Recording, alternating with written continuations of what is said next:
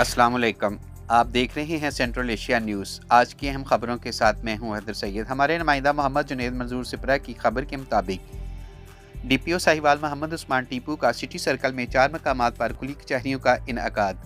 شہریوں کی شکایات سن کر فوراً موقع پر ہی متعلقہ افسران کو احکامات جاری۔ District police officer Sahiwal Muhammad Usman Tipu نے عوامی مسائل کے بار وقت حل اور شکایات کے فوری ازالے کے لیے سٹی سرکل میں 4 مختلف مقامات پر کھلی کچہریوں کا انعقاد کیا۔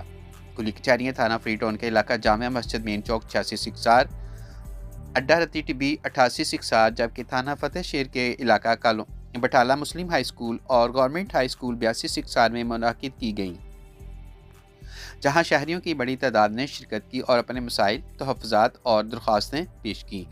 ڈی پی او ساہیوال محمد عثمان ٹیپو نے شہریوں کی شکایات توجہ اور تحمل سے سنی اور موقع پر موجود پولیس افسران کو قانون اور میرٹ کے مطابق فوری کارروائی کے احکامات جاری کیے۔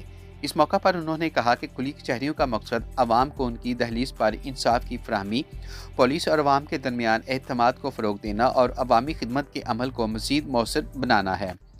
ڈی پی او ساہیوال نے اس عزم کا احاطہ کیا کہ ساہیوال پولیس شہریوں کے اعتماد پر پورا اترنے کے لیے تمام دستیاب وسائل برے کار لا رہی ہے۔ اس موقع پر ایس ڈی پی او سٹی سرکل منصور الہی بھی ان کے ہمراہ تھے۔